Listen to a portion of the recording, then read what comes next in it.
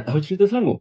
Jom, dulu Yang Maha Mulia Sultan Sharafuddin Idris Shah ibni almarhum Sultan Salahuddin Abdul Aziz Shah Al-Haj merupakan Sultan Selangor ke-9. Baginda menjadi Raja Muda pada tahun 1960 dan menaiki tahta pada 22 November 2001 selepas kemangkatan ayahanda Baginda. Baginda mendapat pendidikan di Kuala Lumpur dan Melbourne, Australia.